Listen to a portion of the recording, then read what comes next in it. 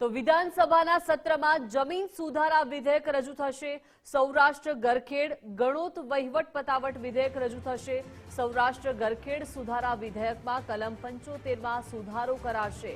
સુધારામાં જમીન બોજામાંથી મુક્ત કરી નિકાલ કરાશે।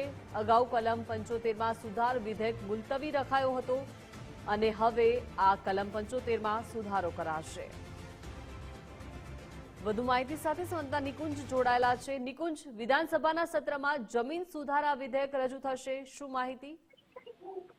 વિધાનસભા ગૃહની અંદર એક સુધારા વિધેયક આવવાનું છે અને તે સુધારા વિધેયક સૌરાષ્ટ્ર ગરખેડ ગણોત વહીવટ પતાવત અને ખેતીની જમીન નું સુધારા વિધેયક તરીકે ઓળખાશે, જે 2026ની અંદર ઇસ્યુ કરાશે। મહત્વનું છે કે આ વિધેયક પહેલેથી અસ્તિત્વમાં છે, પરંતુ તેની અમુક કલમોની અંદર સુધારો કરવાનો છે અને જ્યારે પણ કોઈ પણ બિલ કે કોઈ પણ નિયમની અંદર સુધારો કરવાનો હોય તો વિધાનસભા ગૃહની અંદર તે સુધારા વિધેયક રજૂ કરવું પડતું હોય છે। કલમ 75ની અંદર સુધારો કરવામાં આવશે। કલમ 75ની અંદર સુધારો થતા જ બોજામાંથી મુક્ત જમીનનો નિકાલ જે છે તે હવે થઈ શકશે। કલમ 75 આ સુધારો દર્શાવતું સુધારા વિધેયક છે।